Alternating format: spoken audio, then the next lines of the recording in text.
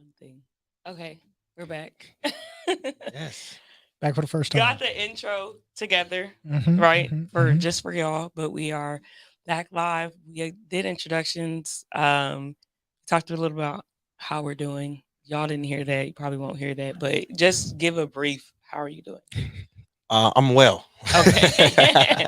And DC, what's your word of the day? I am spanducious. Okay, DC was telling us. Did you finish? Well, it doesn't matter. Can you tell us a little bit about?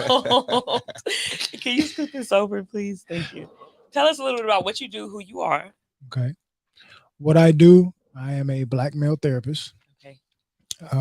That's kind of what we were touching on before we had to do the reconfiguring and readjusting and all Right. that other stuff.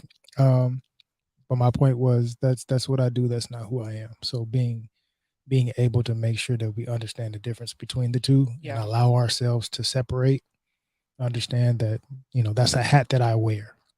Wear the podcaster hat. I wear the therapist hat.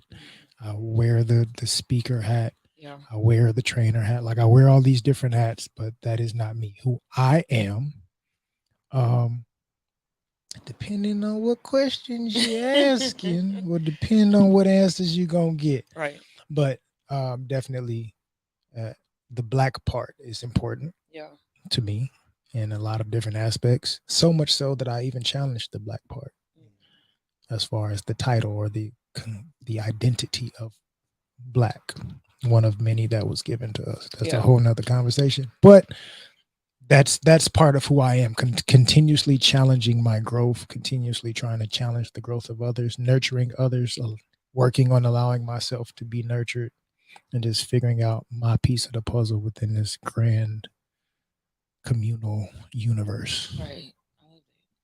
Danny, That's awesome. what do you do? What do I do?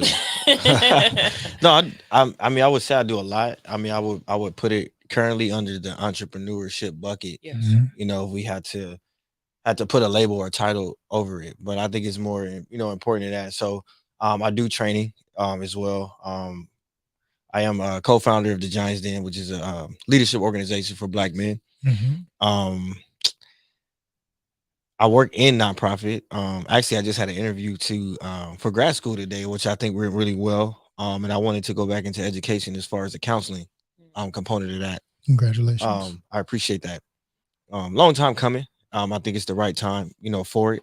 Um, the patience is there, the scope, sequence, and then the passion is back there too. Right. Who am I? I'm evolving. I think we all are coming off of a pandemic, and I looked at it like uh, some people may label it as like lost years, right? Mm, And nah, for me, it was so growthful. It Mhm. was really a time for a lot of people to have self reflection in that. And I'm just an evolving human, mhm. Mhm. and it comes with a lot of components. Right. And I was able to really hone in and see what I want to do, the impact I can make, Mhm. and also become a low key historian. Because history repeats itself. Yeah. And I Mhm. want to avoid and minimize those mistakes, especially like focusing on the youth now, because we are now the fathers, the uncles that we were looking up Mhm. to. Unfortunately, we want to be or not. Yeah. Mhm. It's us. Right. No, for sure. So I love that. So definitely two dope black men that I have the pleasure of knowing. So I had to get them on. I was telling Danny that I asked you a while ago to, well, not a while ago, but like a few weeks ago to come on the show, but not realizing, I knew, you were a therapist, of course. But then when I asked Danny, Danny being in the space that he's in, especially with the Giants Den, and then what he does with like health and wellness, I was just like, you guys are two definitely people that can have the conversation in terms of knowledge and what you've learned, and then also in terms of experience. So that was something that I really wanted to grab here. So of course, we're talking about Black men and mental health. As you know, we had a conversation about this a few weeks ago. This is going to be a staple conversation here on this show. We will continue to have a conversation, whether it is Black men, Black women, us all together. But this is just going to be a priority for us. So there's been a lot of posts, especially going on this week, that have to do with Black men and suicide or Black men and mental health and what's not happening, what is happening, the lack thereof. So I just want to get your thoughts on that. Like, have you been seeing it, or is it something that you kind of have not seen? What are your thoughts on it? Oh, You want to I lead? Anybody, Go mean, ahead, it's DC. Go I'm ahead, about to up. say DC. if I start going, I can go. So I Right. was going to just leave it open. Go ahead. Um, yes, that is something that I see on a regular basis. Mhm. Not just because of the space that I'm in, but I also think I'm hyper aware of it Mhm. because of the field that I'm in. So Yeah. I may see it even when I may not try to see it. Um, but it is something that needs to be seen and needs to be talked about. Because when we talk about suicide, like Mhm. we don't talk about black men, Yeah. which are the highest of numbers We- Right. Right. across the board. When they talked about adolescents, young black boys Mhm. are the highest in numbers. Black men are Right. the highest in numbers. Who do we pay the least amount of attention to? Black men as a society. That's who we profit off of, but that's not who we talk about. So it gets lost in translation. Of course, I got the extra bias of ta-da, being a black male, so that means Mhm. I have to pay attention for myself as well. But yes, I see it. I'm always aware of it. I try to talk about it on our platform. I try to talk about it in a lot of different circles. Um, just because I know in today's society we're in the age of empowering the black woman, which is great. Yeah. But Mhm. Yeah.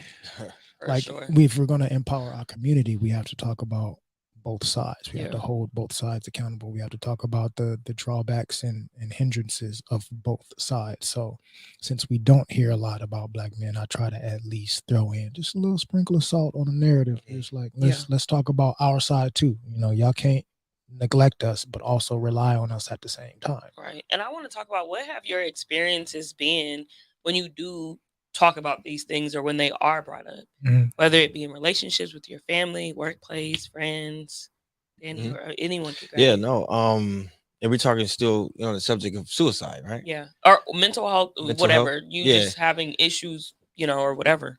I am becoming more of a student, in just the overall spectrum, right? Because my family looked at mental health issues and was like, okay, we just gonna kind of just tuck you away, like ain't there's nothing wrong here, nothing. We're like, yeah, there's obviously something that if there's a glaring need, right? Mhm. Or there's some reactionary actions to certain things that are just, oh, that's just him. Like, no, there's something that he can benefit from, Right. with the proper help. Right. So my relationship was exposure was like pushed under the rug. They just don't have it, type of language. And I think those languages um are very discerning. They kind of like don't give the proper attention. Mhm. Like DC was mentioning, like it doesn't get the proper attention. Like when I think about suicide, in my prior thinking, you think of a Caucasian male because he lost it all, sitting on top of a building ready to jump off, right? Right. Mhm. Right. But we deal with more stuff than that on the daily with the lack of support. So if you have all of those things that are accumulating, you pay more attention. And so I really became aware, like maybe like 5 years ago, man. My brother, he opened up, was like, bro, I was that was it for me. Mhm. And I was like, what? And I was, then it opened up another type of relationship. It opened up another type of conversation where I was like, we grew up in the same household. These are my experience. What happened here? Yeah. Attention. Somebody hearing me. I Mhm. lived through that experience, but this is why I was having that experience. And so, it just opened up a whole new door, for me because of my partial ignorance and also just lack of information. I go off of what I perceived the world to be. And it was Yeah. like, no, you're just not tough enough. Yeah. Mhm. That's not the case. Right. Right. Right. So yeah, that was my experience with that.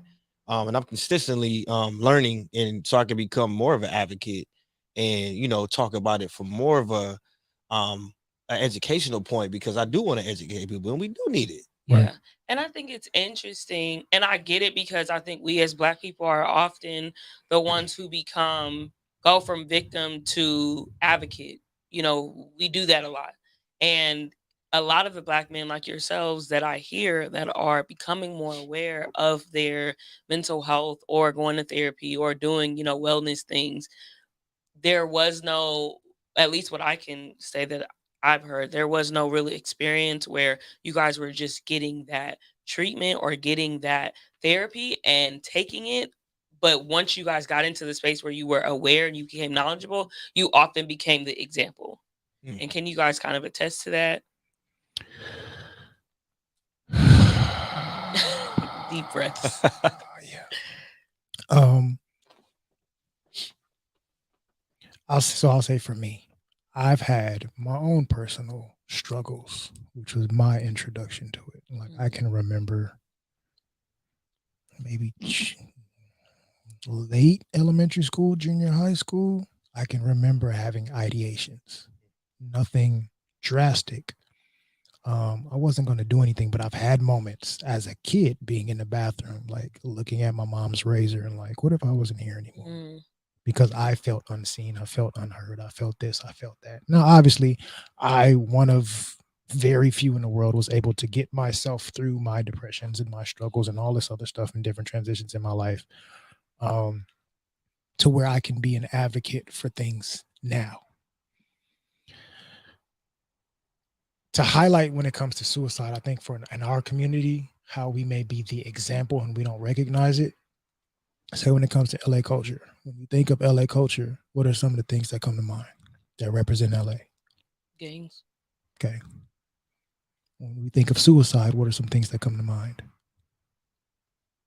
When we think of suicide in LA. No, no, just in general. Oh, well, I guess that would come what he was saying, like the whole white guy standing on top of the roof. Yeah, Right. and then also, yeah, like those things, and like let's say giving up, Mm-hmm. Mm, right? Right. Mm-hmm. So to draw the parallel between the two, with a lot of gangbangers, it's the bravado that they give off is what? I've given up. I don't give a fuck. I'll do whatever. Like Mhm. I'm ready to die for that. Tell me, we don't. That's the part of our culture that we don't pay attention when it comes to suicide. How people can have involuntary suicidal behaviors. mm, I'm willing to give my life away by way of doing things that I don't have to kill myself. right. The streets will take me out. Mm, I'm a gangbanger. I'm gonna die sometime. So like I've already given up. It's the same amount of hopelessness, but it right. looks different, and we don't address that. But within the realm of society, that gets profited from, Mm, that gets thrown to the forefront. No disrespect to our legends here in LA, but we just had a Super Bowl mm, of people that have made a platform of okay. gang Right. culture. Yeah. But we don't talk about how some people, like, you have a suicidal mindset within gangs. You're like, oh, he crazy, he down for whatever. No, he's hurting. Yeah. Most people join gangs. Why? To get the same type of feelings that I was looking for, Right. and I had ideations to get the same type of feelings Mhm. that your homeboy expressed. I want to be seen. I want to be heard. I want to feel supported. Mm, Maybe if we gave young black men that, we wouldn't have as high yeah. of a death toll because of gangs and drugs and things of that nature. Maybe if we paid more attention to them at a younger age, as opposed to teaching them you're Yeah. supposed to be the provider when you become an adult. All Mm, this is going to be put on your shoulders. All this burden is going to be put on right. you, and you have to learn how to become a man. So suck it up so you can be able to do this, that, and the other. And you're learning that as a kid, Yeah. but you're not getting the nurturing component. Maybe if we shifted that, we'd be able to get rid of some of those things that get put to the forefront in our community that are suicidal behaviors that we don't recognize. Right. That's a excellent point. I mean, and the way you convey that is absolutely phenomenal. The margin of error Mm, at an that's adolescent age yeah. is so slim because of the pressure that's put on you Yes. in a Eurocentric way of living. Yes. We didn't, and we don't unless we accumulate the materials and resources to live that particular way. At 18, I knew it was a high probability I got to go. Right. I'm 14. Yeah. I'll just start liking a girl. And in 4 years, I got to figure out how to provide for this one. In my Right. mind, this is what it Yeah. is. Right. You accelerate that. And so you have ways, and I believe too, it starts in elementary school. And as we're developing as humans, you like, oh, I got to figure it out. Right. You shouldn't have to figure nothing out with consequences that carry such a potential heavy burden in Yeah. the fifth grade. Yeah. Yeah. And it starts there with that type of thinking, that type of ideology. And if you don't have, like DC was describing, like he was fortunate enough to have enough within to be able to navigate, use those experiences to grow, come back and be an advocate. But what about the ones that's just like, you know what? I made a mistake. It was the worst thing in the world. I can't bounce back from that. Right. Yeah. And so to your question, I don't I feel I am pulled to kind of a responsibility knowing I had some of this stuff. I ain't perfect at all. Yeah, no, Right. for You sure. know, I go to counseling. Right. I'm finding a new therapist. Let me be correct. But I went through counseling, and so with that, it's like let me be a bridge to kind of remove some of the preconceived notions, some of the misconceptions that may eliminate the opportunity for somebody to be introduced to something that is actually helpful to Right. them. Yeah. I want to touch on so your point of like the margin of error being so thin. And like say for me, I was able to get it out the bud myself. But Yeah. some people may not. They make that mistake and they're trying to figure it out. For us, when it comes to say mass incarceration, how many brothers in jail had the same type of behaviors? I made one mistake that I had no guidance from, and now my entire life is changed because of it. Because I didn't have the tutelage, and I also don't have a governmental based system that's going to help me learn how to actually get better from it. Absolutely. And I just had this conversation and I'm gonna just pull it away and I'm gonna draw it back in real quick. I was talking because I grew up in Inglewood, California, and this is like, the height of gang banging. So it's like the Mhm. gang banging got popular. So it was actually cool to do this. Now I wasn't willing to deal with the repercussions or the consequences that, drew me that. So I wasn't as attracted to it. But all my friends that I grew up with, we had to make it. Didn't we were getting recruited. Yeah. You had to make a choice some kind of way. I'm like, man, we've been friends since 7, 8, 9, 10. As soon as we get 12, 13, it's time to make this decision Right. or choice. Right. And so that one choice altered so many Hmm. lives.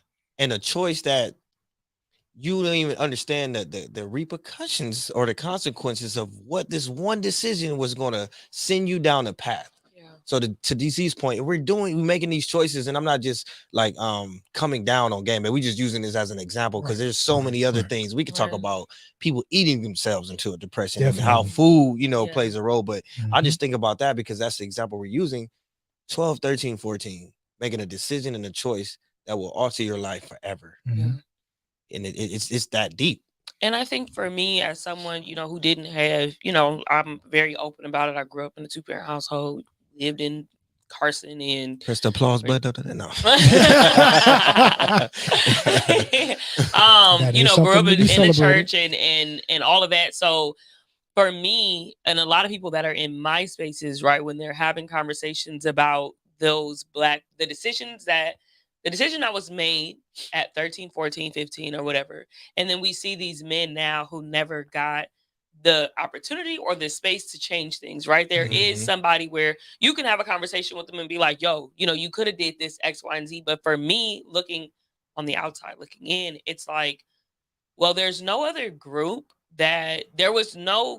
that was going to provide them the amount of attention as the gangbanging did. Hmm. And I played basketball, right? But I had my parents, I went to church. Not everybody is doing that, but there wasn't. And even if it's going to be the church is not grabbing a hold or recruiting young black men the way that gangbangers are. Right. And when you're 13, 14, 15, like we in the schools, where they tell us these kids sometimes just want attention. And just because they're acting out doesn't mean they're not Mhm. often able to decipher bad attention from good attention. Mhm. Right. So they're going into and they're like, wow, you guys are going to be here on this corner every day. I get to come see you every day. You're going to be here with open arms for me. You're going to give me a nickname. You're going to have terms of endearment. Hmm. And this feels like love. But no other group is doing this. Mm. And for me, when we're talking to the people that were outside or that, like my parents or people that are not a part of that demographic, that's always my conversation is, well, what are you doing to provide a separate or a better opportunity for them? And Mhm. oftentimes there is no answer. So even how you were like, okay, well, we don't need to like the whole, oh, we're not coming for gangbanging. No, I'm coming from the systems that are not pulling these boys away from Right. gangbanging. So we're Right. not bringing it up to say pointing the finger, but Mhm. I need people that grew up in the white picket fence, right, Right. to start stepping up and saying, well, we're going to take accountability and provide something better outside of gangbanging so that when we go and tell these boys, oh, this is wrong, I have something that's better for you and the same amount of love. Right. Which is necessary. Mhm. That's part of the dichotomy of our community in general, like Mm-hmm. self preservation. You may come from a household or a family that made it out. Mm. We may come from families that did not. Yeah. So we already, I can remember in high school, like when we played certain schools, I'm knocking your head off even more because you're privileged and I'm not. Mm. You go to this school, oh, you go to Palisades, Yeah. oh, I'm knocking your head off for sure. Your school by the beach, you got privilege. Right. Like this, Wow. Yeah. I have a different aggression towards you because you got something that I never had the ability to have, and I got to go through you to get it, which is the mentality that a lot of us end up having, especially when it comes to men. Yeah. I got to go through obstacles. I got to go through people to get it for myself. But I don't think about coming back afterwards unless I'm said gangbanger. I am held accountable to coming back, but it's not to be a part of something positive. Mm-hmm. Every gangbanger that make it ain't Nipsey. Right. They may be the old head, like you said. I know about Carson. That's the OGs that got some money on the block. That's where they moved to. You moved to Carson. Back in the day, that's what you was supposed to do. You come back, you OG, you sit here, you chill every once in a while, but it is what it is. But it's important for us to not only come back and be a resource, but create resources, create bridges and avenues to help attract people. Because, Right. like, say for instance, with religion, whatever you believe in, that is an avenue that you are taken to as a child. Yeah. It's not something that is coming to you. Gangbanging, I am forced circumstantially to be surrounded by this resource. Regardless, I don't have to go looking for it. It is my environment. Right. So I have access to it. It's like walking down the street and finding a penny on the ground. Like you can do that every day. Like I get to do this every day. I don't have to go searching for it. It's going to happen. That's real. And also, it's exacerbated with the emotion that you're going through currently, right? Yes. Because a lot of times you join in the adolescence, teenage stage. Mm-hmm. Now you're trying to figure out the world. I like girls. I want money. I want protection. I want to be hard, or like you're not able to really flex your personality because the Nope. culture is so strong around. And I'm not even talking about just game man culture. The culture that's surrounding around that you grow up in as in those communities is like, well, why would I choose you? Right. And this person is this. Even if you didn't have 1 ounce of desire to do and join this group, Yeah. you probably going to be swayed now because that's the cool thing that's happening over here. And to your point, Jazz, like it wasn't a lot of cool things happening outside Right. of this choice or this, especially if you didn't play sports. Yeah. Right. You know, so the lack of resources and options and opportunities is what exaggerates, these situations. Right. All those things compiled leading up to I feel like everybody at a point you have to look in the mirror, like, and that realization is gonna be like, man, what's happening here? Yeah. That can be the suicidal point Yeah. when you have that reflection. Yeah. And you You don't like what you and see. you don't like what you see, and you feel like you can't change that, or you can't do nothing about it. Right. No mentors, no resources, no nothing. The combination and the compound effect of all the decision making when it's perceived negative, negative, negative, negative, negative, negative, it will take a toll on you. Right. And I want to bring more context to that. That's the little boy, right? That didn't have the cool things around. That's like, well, the world is telling me that this lifestyle is wrong, but I'm looking and I don't have any other outlets. I have no other way to go. So then that's where I feel like how you were saying that, like, that mindset of, okay, it probably would be better if I'm not here because it's taking too much mental um energy basically for me to become something that I'm not. And I don't even know, I don't even have an example of how to become what the world is telling me that I should become. Right. So that's Yeah. another thing. And I always press, like, when I was working with youth, that really helped me to understand or be more gracious, I'll say, to people that were in certain situations. Because, if you're 30, you were one of my students 15 years ago. And I can definitely see my students in 5 years, 10 years becoming these people that we look at and we point the finger at, because no one guided them, no one grabbed them and was like, whatever. Like, some of my kids, I'm not working in schools anymore, but my kids that I had in 2017 are still calling me. They're in college, they're going, to universities across the country, they're getting ready to leave, but they're still calling me. But that just spoke to the impact that I had on them. Right. And then you think of, well, how many adults had that impact on them?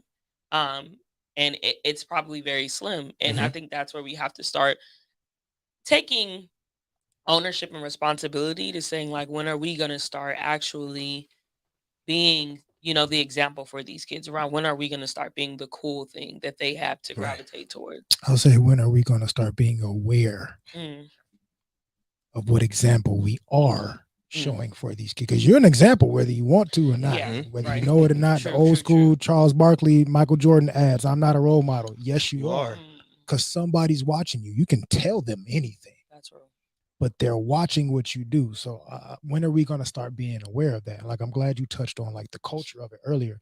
Within our culture, especially as Black men, there's a culture that we don't speak of that we subscribe to, which is scarcity culture. Because everything you named that this kid will be looking at, say the gangs for, I like these because I don't have them. And I don't think I ever will unless I do this. That Mhm. scarcity mindset helps put me in a position to make these terrible decisions that are not going to guarantee me a trajectory that's going to be upward and onward. We have to start being aware of ourselves enough to teach our kids some sort of abundance. Like, no, you don't have to. For us, I remember us thinking the only way I'm going to get out is sports, Mhm. sports or slanging. I ain't trying to slang. I'm athletic. Right. So let me rely on sports, completely ignoring the fact that I've been intellectually superior on testing most of my Mm, life. I didn't think about that. I didn't think anything about a educational scholarship. For me, it was like, I got to do sports to get myself out of here, to be able to take some burden off my mom, this, that, and the other. And my dad told me, like, I remember you having that mindset in like kindergarten. wow.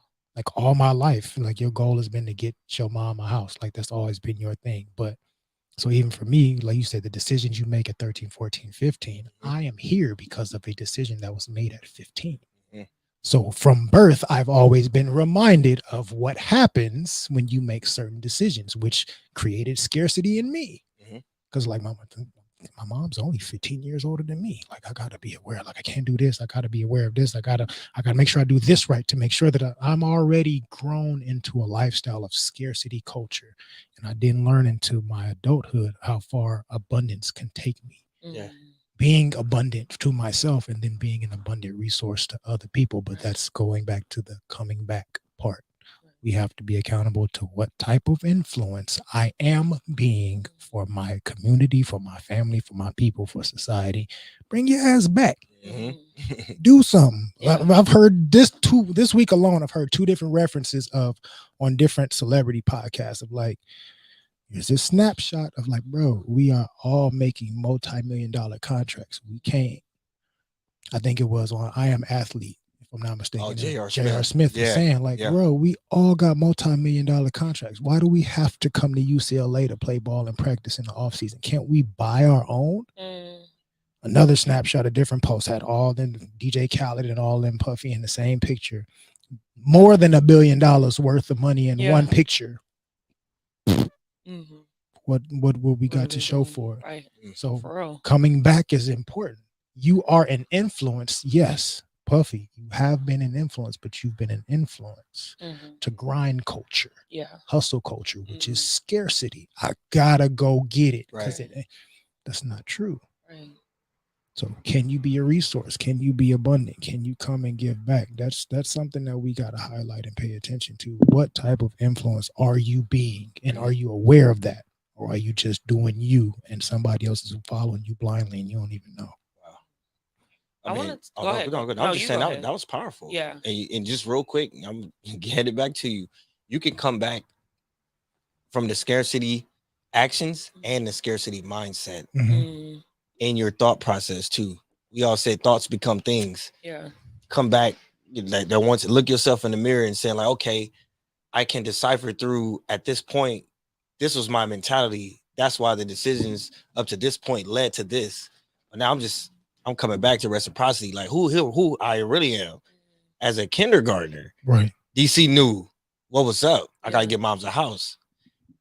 Now you don't know how to get moms a house as a kindergarten, but At it's all. in you. Mm-hmm. How that's fostered, how that's nurtured and mentored, you know, that's how we move. But I'm just saying, like, that was just powerful because you got to come back some kind of way. Right. Yeah. I want to talk about the scarcity thing because I feel like anything that is not addressed or anything that we deal with is going to mature or grow in Mhm. any, capacity. So how do you think scarcity has or it shows up in your life now? And anybody can jump in. Um, I'll say for me, imposter syndromes. Mm. Mm, Like although I'm doing the thing, I'm in the field, I have credentials, I take classes and get certificates, I have clients, got clients after this, like I'm doing it, but I still have those thoughts and feelings of, am I good enough? Am I the mm, right type of therapist? Am I asking the right questions? yeah. Am I really helping this person as much as I would like to? How long are they going to be able to help me? Maybe, I default to all of these things because that's been my default my entire life, questioning my worth, my ability, if I'm good enough, my abundance, this, that, and the other. So it's an old habit that dies hard, but it still comes into play now. Now, granted, I'm still going to do it. I still understand that I have the ability to do it relatively well, and then I'm relatively new in my journey. I have plenty of years to get better at Yeah. this, but those thoughts creep in. Yeah. Am I good enough? hmm Am I good enough? That's Mm, that's mine. Show up in a way of love. mm, It was more so attention. Like my pops, he went to prison when I was going to the sixth grade, like a month before I was going to the sixth grade. Right. And so a lot of pressure was laid up on me, but I'm just looking for love. I'm looking for somebody to show me attention. I'm nice in football, basketball, really. I'm right here. Like somebody just pay attention to me. yeah. Right. I knew this like 4 years ago. Me and my mom just happened to be in the same gym. And I'm just shooting around. At the top, there's like a glass where you can watch. I started to feel in me like make every shot. Your mom is looking. I'm like, Mm, man, what the bro, you still looking for a certain type of love. You still lacking a certain type of love, and you got to go have a conversation. You gotta state what it is you're looking for with these relationships in your family and your people, because it was fostered in a way that you really necessarily didn't want to receive it like that, Yeah. or it wasn't received. Like it was super tough love in my family.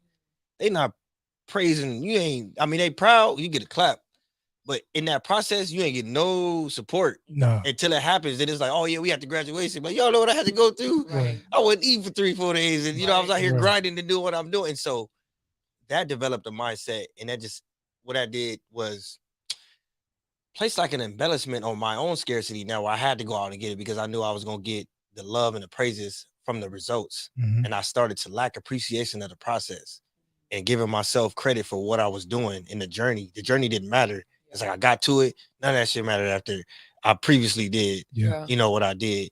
And so I think my scarcity comes from a desire of love in some kind of capacity. I'm reading some books and going, I'm Right. figuring it out though, Right. but Right. Right. Mm, it is extremely helpful to know that was one of the major ones. Validation. Validation. Something that black men do not get. Mm. You stop getting it. What, Yeah, I'm about to say three. mm, 3 years old? You ain't getting that validation no more. that's real. Once you can start speaking in full sentences, you are on course to be prepared to be a black man, and there is no validation in that job at all. Father's Day, what you get, Dad? You got Right? Just then that's on a societal standpoint. Right. That ain't even just in our Mm, Right. culture. Because when you talk about our culture, there is no dad to celebrate. Mm. mm, That is the villain. Mhm. yeah. He is the one that we are supposed to hate because he left this house in shambles. He left this, he left that, which is not always the case that we don't talk about. Yeah. There's a lot of dynamics that, are broken homes that we should be talking about Mhm. as it comes to coming to the aid of black men a little bit more. But from 3 up until, say, for me, I'm 35. Mm, So you mean to tell me that I can't 3.5 fourths of my life I have not gotten validation? Man. Didn't even understand that I was missing it. Had to figure out how to create it somehow within myself, which you referenced perfectionism, Mm. which is another way that scarcity creeps into our Yeah. lives because we feel like I have to do everything right. I got to make all the I got to be perfect to get validation. Exactly. I didn't even recognize how to give it to myself. My pushing myself was not affirmations or validation. It was a chip on my shoulder. It was anger. I have to do. They gonna record. I used to say this all the time. I can recall saying this all the time. Like as far as girls and all of that, like it ain't my time in high school. But when I get to college, I'm gonna be on scholarship. Then people gonna pay attention to me. So that's what I'm going out for every game. I'm smacking people upside the head because that's what I'm trying to get for validation. But I have to be perfect in order to get that validation. And there is no such thing as perfection, Perfection. Yeah. especially as a black man, because you are looked at as something that is half of what everybody else is. Mm. So not only are you starting off lower, your ceiling is a lot shorter as well. I'm 6'4". The ceiling for a black man is 6 foot. I'm already going through those ceilings, but I don't understand that until I get to a certain point. Right. So then, how have you guys coped, or what is the relationship like in real time with validation or with seeking being praised or being celebrated? Um, I'm 5'8". So You're like, I hit the I'm ceiling. 5'8", so the ceiling is no. No, seriously, I think first recognizing and understanding where those scarcities come from, right? And I Yeah. was able to, and then I've started doing the work. You know, my lady got us this book that help is helping us enhance our relationship. But the book is called How Do We Love? First thing you got to do, it's a book and a journal, and it just tells you about you answering questions about yourself and your childhood. And I realized a lot of this stuff started right there. Mhm. There's no way she can know me because I'm just still getting to know the real Yeah, me. absolutely. Why I react in certain ways and do certain things in certain ways because of what I seen and the practices, and I'm like, oh, this is just the way to do it.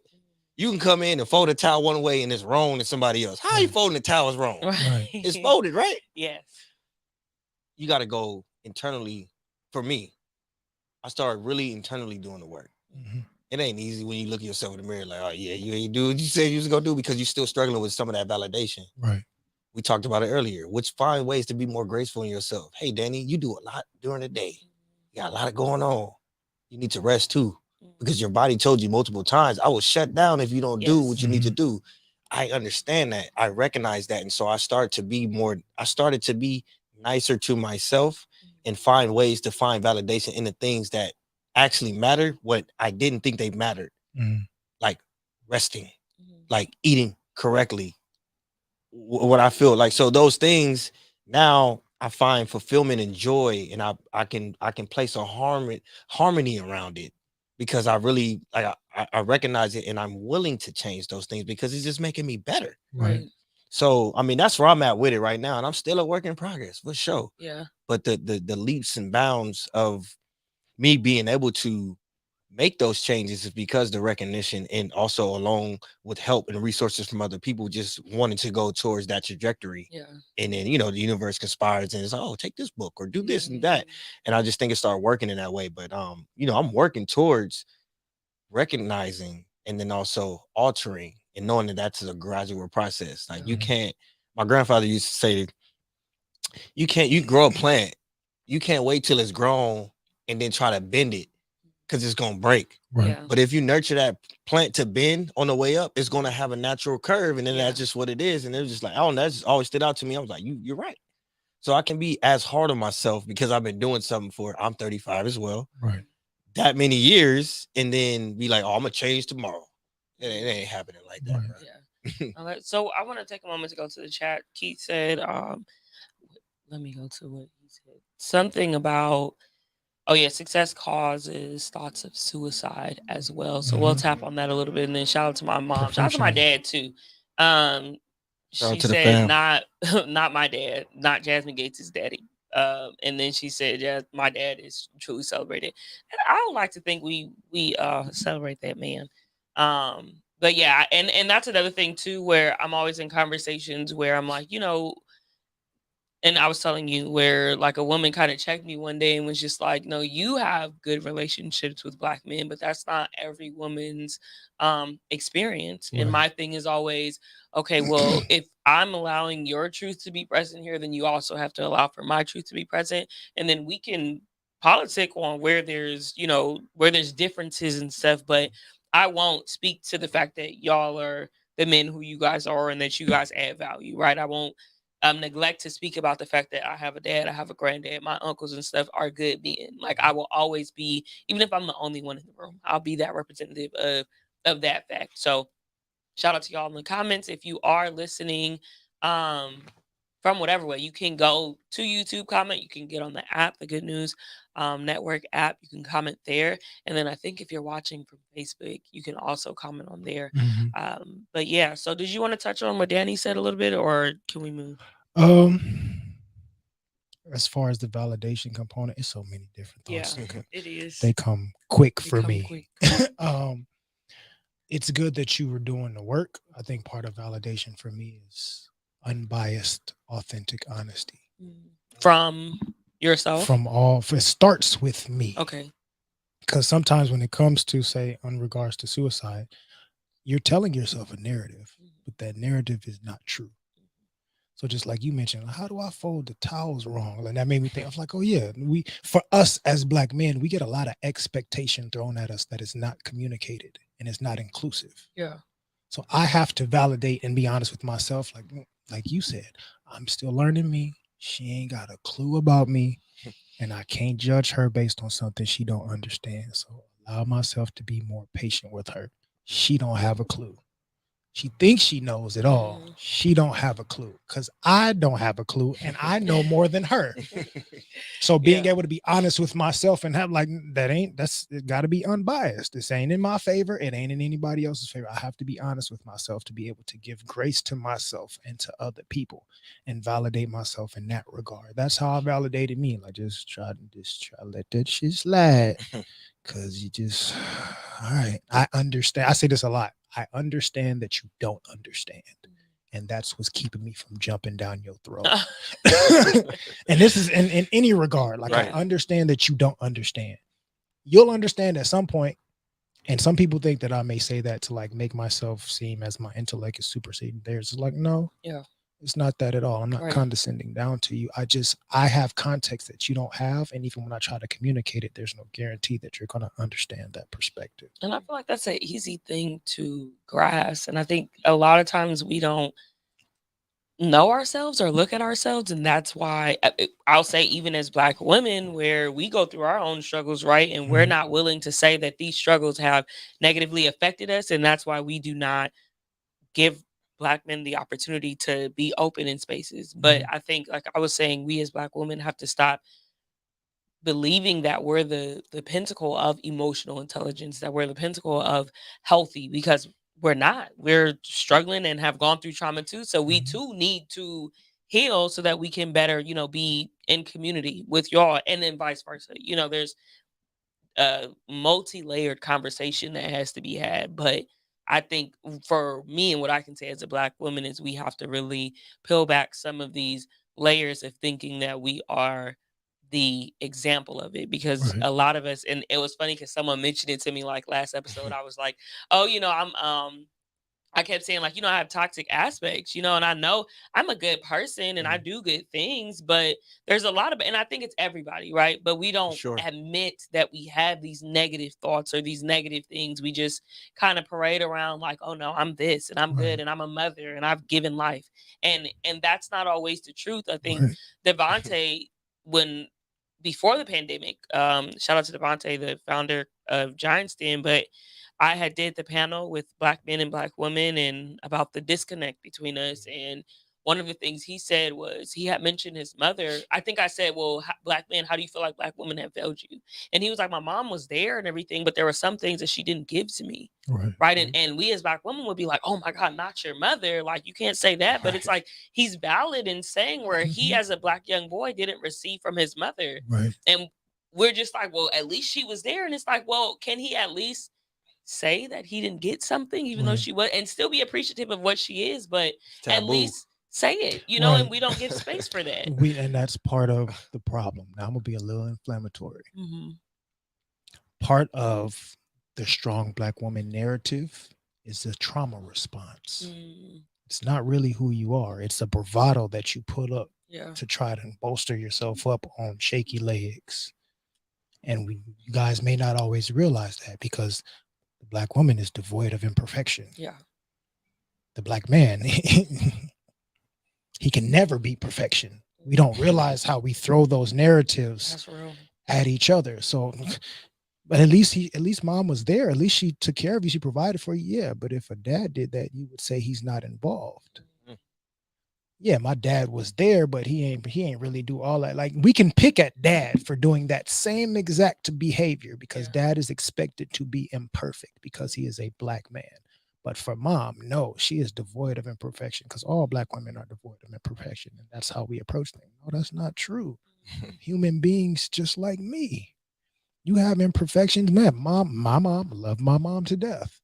Been working her butt off since 15 to take care of me, sacrificing and a lot of different other stuff. But there's times she did not know to the point where I did not feel safe enough to tell her, which is why I internalized a lot of things. It's not that she don't love me. No, I know she loves me, but she doesn't know how to love me the way I need to be loved in this moment. And I may not know how to communicate it. So even giving the example of like not to create friction in your household and nothing like that. But it's like mom's just saying that your dad was celebrated. That's a good thing. Yeah.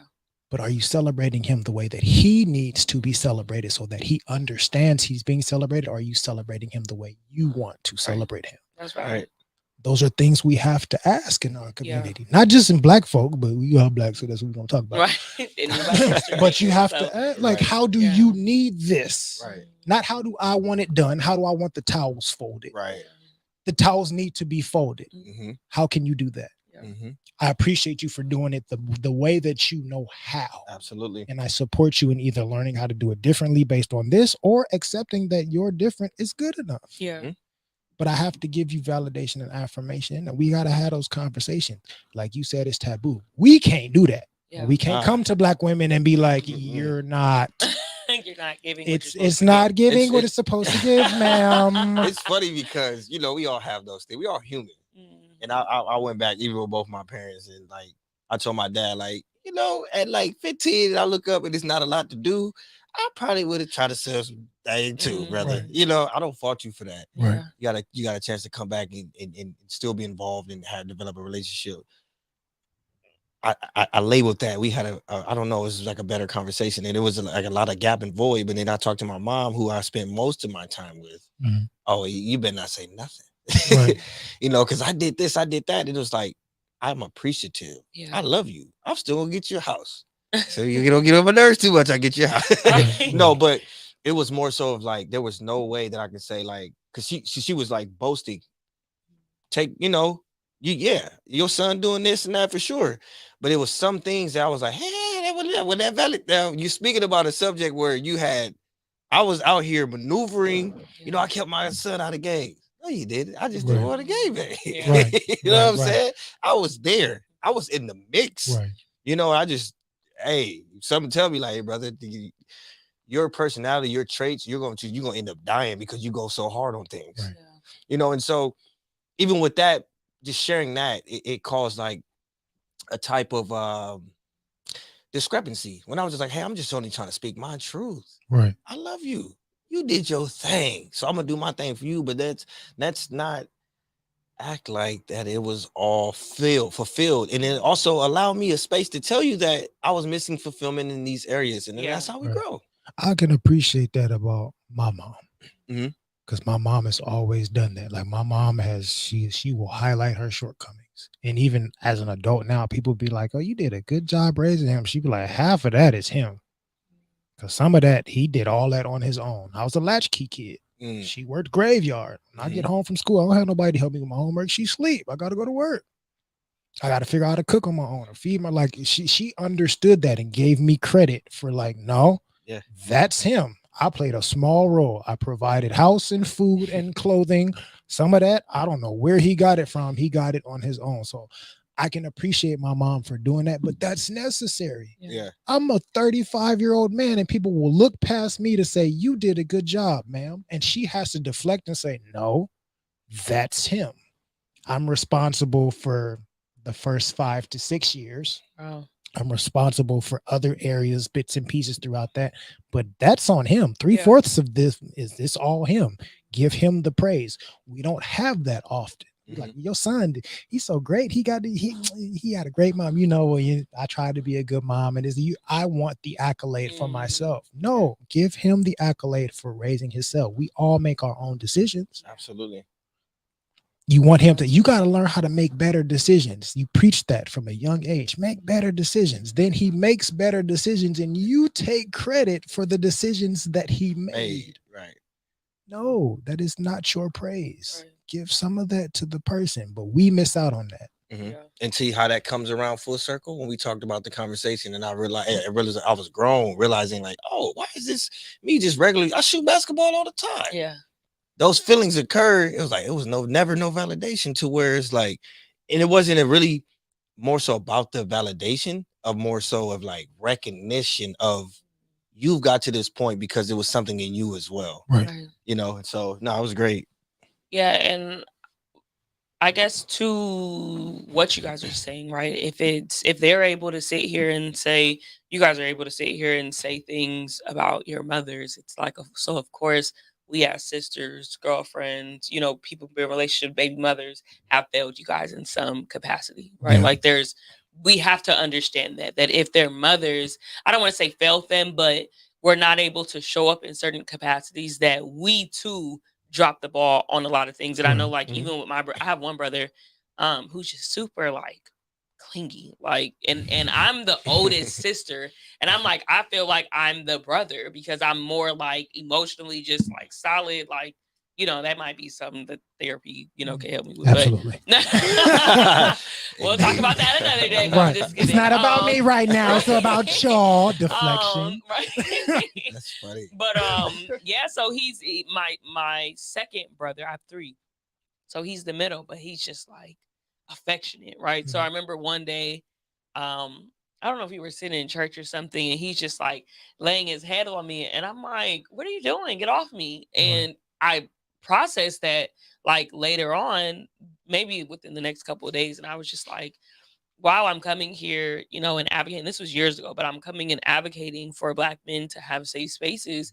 And I'm creating something where my brother can go and say, well, I wanted to be affectionate as a Right. child, but it was shunned from me. Right. So now I'm like, I'll let him come and, he's older now. So it's not as much as when he was younger. But, if he wants to hug me or if he wants to, be on me, I'll allow him to. But I had to, even for me as someone who says, I tried my best to do the work as much as I can, or to continue that forward thinking, I still have to check myself in the face of my brothers and go, well, what am I doing now that's going to create a narrative for them that they're going to have to heal from? Right. So I think that's something we as Black women have to go back and see. Like, I can't say that I'm perfect, and I have a lot of good relationships with Black men. Like, I have some solid men in my life, but I'm not perfect, and I'm not always good to them, right? Like, there's some things I probably said, even to my brothers, to my dad, to my grandfather. So I just want to challenge us to be more aware and to look inside and go, well, how could I have handled that situation better, even if I felt like I was right. Right. Sometimes you can be right and wrong. The way that you deliver something could have been off. But yeah, I think that's something that we Absolutely. should be doing for sure. I can, yeah, yeah. Right. But that even diving deeper of like, why did I react that way? So even as a society, an affectionate Black male, boy, get your soft ass off me. Oh Like my God. that's how Right. we would that's how we've Right. been conditioned to internalize it. But then he becomes a man, and what is a Black woman expecting from Affection. him without Affection. communicating it? Right. The same thing that I was told was not okay. So now I'm judged for being a bad Black man as a youth, Yeah. and then now I'm shifting into role of manhood, and I'm being targeted as a bad Black man in this area. At what point in time am I going to be a good Black man? Damn, like I can't win for losing, which Yeah. goes back to some of the hopelessness we talked about earlier. When you look in the mirror, I couldn't get it right here, I Yeah. couldn't get it right here, I don't know what else to do. And if I feel hopeless and I don't have resources, then what's my way out? Because I don't have a mulligan, I'm just going to end it all. Right. Mm, Yeah. that's That's And that's that deep. that's super deep. Yeah. that can come from, For- not to blame y'all, Yeah. but it could be my mom reinforced one as a kid, Mm. and now the ladies that I'm interested in are and reinforcing another one as an adulthood. So that's how you guys play a role in our mental health as well. Like you got to Mm. be careful of the expectations that you place on us and why you're placing Yeah. them there. Because DC is laying this out so eloquently. I feel like I'm in the therapist chair right now. Yeah, Can I he take a has minute that to vent? right. Just He's one that minute, 60 guy, seconds. You know what I'm saying? right? No, real talk. Did you want to transition? I No, just No, yeah. I go ahead, go Oh, ahead. cool. yeah. Take the floor. Well, okay. So one thing was I was I was getting my hair twisted and I was underneath the dryer, and for whatever reason, all of this joy just overwhelmed me. I'm like, man, I just feel like crying right now. I'm so happy. But I looked around, it was a bunch of women. I was like, you better not cry, you sucker. In my head, I'm like, why? Why? I'm like, why can't that Mm. dichotomy? And that just struck another thought where I was really triggered. I was watching a movie. I had to look it up on my phone really quickly. It's Morris Chestnut and Taraji P. Henson, Mm. Not Easily Broken. Yeah. I didn't see the movie prior to. I never want to have a baby mama. I didn't want that. But it was just like, what's happening here? Like we do not know how to communicate with each other. Yeah. But that when I seen that movie, I broke down. I was like, Jesus Christ. Like it was a scene where Morris Chestnut just couldn't take what was happening. And he just put the earphones on, listen to his jazz movie, rocking back and forth. I'm like, nah, brother, you about to die over stress. Right. Those things are not easily communicated. He felt like things that was out of his hand, and it was vice versa, Yeah. right? He was getting scolded for Mhm. Mm. being regular, trying to be supportive, getting scolded for. Mm. And it's like, what when your hands are up and you feel like your hands are tied, you throw your hands up, and it's like, what am I supposed to do Yeah. at that point? So that was just like my triggering moment. But I Mhm. wanted to share that because that movie stood out, and I was wondering why I'm so emotional about this is because no, like you felt Yeah, triggered in that situation. something in you. Something in me held that, Right. and I needed to release it. And it just happened to be in this form of art of this movie Right. Mm. that I just happened to see. But those experiences happen daily between the dynamic of black man, black woman. Yeah. Nobody's at fault. Right. Nobody's at fault. It's and of course, y'all know it's that work Mm. that we need to do in that proximity together. Right. You Yeah. felt represented, Mm. and that's why you got emotional. Brother, talk to me, brother. You felt represented. You felt heard. You felt it ain't just me. Mm-hmm. Because especially say within the relationship dynamic of a man and woman, you're supposed to be my safest space, and you're not. The only safe space I have for Morris Chestnut in the movie is this chair with these. This is all I got right now. That's Right. going to allow me to be safe, and I have to figure out how to de-escalate Mm-hmm. because I'm triggered, and the only person that's supposed to be my support system is my biggest trigger. Mm. The one place I'm supposed to feel the safest is the main place that I don't feel the safest, and we can't always communicate that. Right. Because then somehow we get gaslit, and we don't talk about that. Y'all good at that. Nope. But we get gaslit because, of course, as we talked about Mm. earlier, you are devoid of imperfection, Yeah. and we have an innate inability to ever be close to perfection. So, of course, the blame has to get shifted back to me because it's something that you didn't communicate to me. How do you know that you're safe enough to communicate to? So, since you don't feel safe enough to have that communication, Morris did it for you, and you like, thank you. Somebody understands me. Yeah. I still can't say it, but at least I can This like representation I is can look at your them. reference. Right. Like, Look uh-huh. at You this. see, you listen to That's the some good ears. acting He right got the there, boy. You see earphones, that? boy. He got the earphones You on see that, again. man, Right. boy? I understand you. Right. I understand you. I love that. What you Yeah. trying to Yeah. say? Now that safety is gone, Right. just Yeah. in joking, Right, but like right.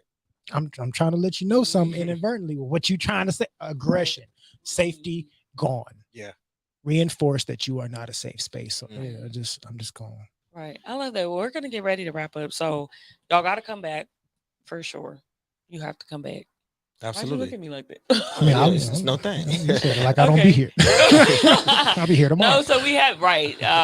So yeah, we had to have you guys back because this is a really dope conversation. And shout out to my sister Ashley saying this is good. My mom is commenting on how she celebrates my dad.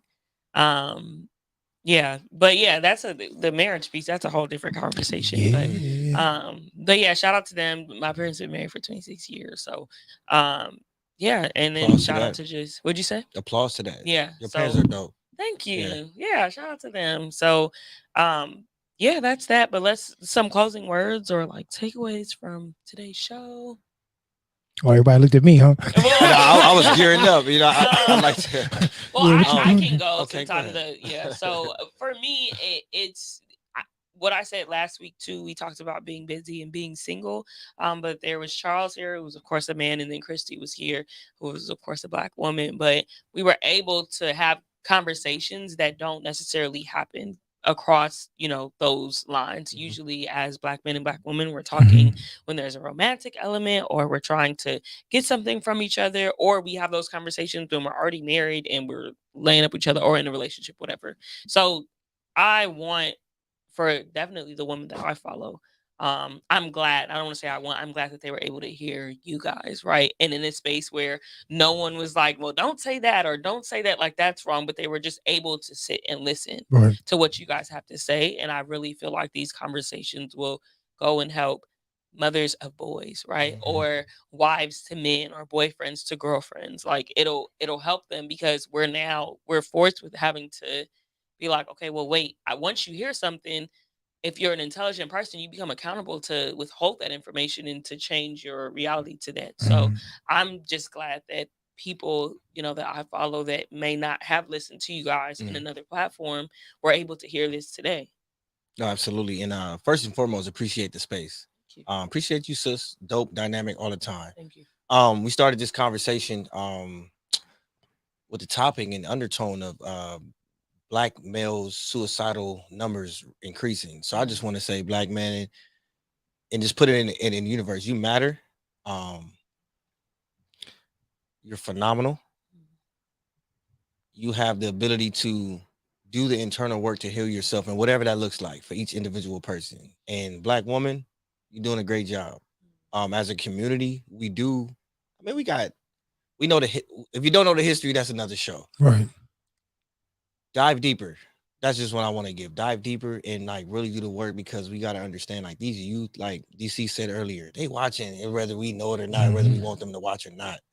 And the more we do practices that has strong implications on the better future for them, that's how we lead us the space safer, Yeah. growthful, better, harmonic. So let's just continue to do that work. How rigorous and how hard it is, it's up to the individual, Yeah. but just know it's capable. Right. DC. I'll be a little less eloquent. Bro, you've been dropping it He's all been day, bro. eloquent But the that's whole what I said. Like time. that's why I'm a deflect to not being eloquent in this moment. Mm. But it's something that we kind of talk about and highlight on our show. Um, get comfortable with the uncomfortable. And part of the discomfort or part of being uncomfortable is realizing it's your fucking fault. Mm. Everything in your life is your fault. Stop deflecting the blame. Take accountability. That's for everybody. Yeah. That ain't for women. That ain't just for men. All you Africans that's listening, take accountability, because you shape your reality. What you see and what you experience comes from you. So it's your fucking fault. Take accountability from it. Learn from it. Heal from it. Understand how to nurture the things that may need a little patchwork. Yeah. And then continue to be uncomfortable in your journey, because that comfort is going to keep you right where you at. That discomfort is going to push you forward. Right. I love that. Well, thank y'all, Absolutely. dope black men, for coming on. Make sure you tune in to DC's podcast tomorrow. Just a dope ass podcast. Yeah. 3:30. Yeah, tomorrow 3:30 on 3:30. Saturday. Yes. That's gonna change and all that. But yeah. Yeah. So shout out to them. Thank y'all so much for coming and sitting with me, being vulnerable too. I appreciate that. Oh yeah. Yes. So yeah, we're gonna get out of here. We are on next Friday at 3:30 p.m. Please send this to a black man that you know, or a black woman. Send it to a black woman first, and then send it to a black man. But send it to people that are dealing with black men, that are in relationships with them. We want to help change the narrative, change the reality, not even the narrative, change the reality of what's going on. So I'll see you guys next week. Shout out to Keith for helping us get it together. And the good news, the home team. Sure. Peace.